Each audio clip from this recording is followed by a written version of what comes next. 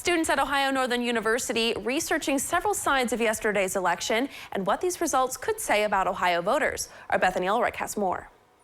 Members of ONU's Institute for Civics and Public Policy, a political science-based student organization, have been hard at work this election season collecting data about state issues 1 and 2, which were both approved by voters last night.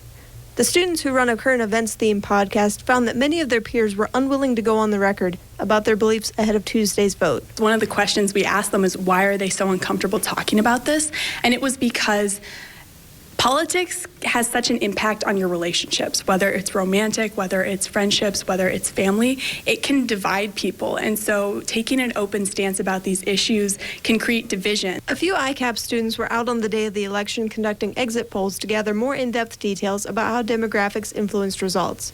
Through talking to people after they voted, one student realized that many people voted against their party's platform. After we had those conversations, I did notice that they did express their opinions on what they had put onto the surveys, and I noticed that a lot of Republicans were really for issue 1, even if the elected officials representing Republican Party aren't. Though both issues passed by about 7%, it's still too early to tell if this outcome points to Ohio swinging blue in 2024.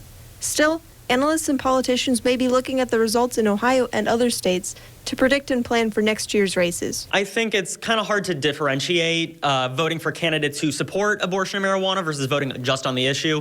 For example, Kentucky last night, a anti-abortion politician was defeated, and that might be slightly stronger evidence for how opinions about these matters translate to actual candidates. Over 2/3 of Ohio's counties voted no, but the more populated counties had enough yes votes for issues 1 and 2 to succeed.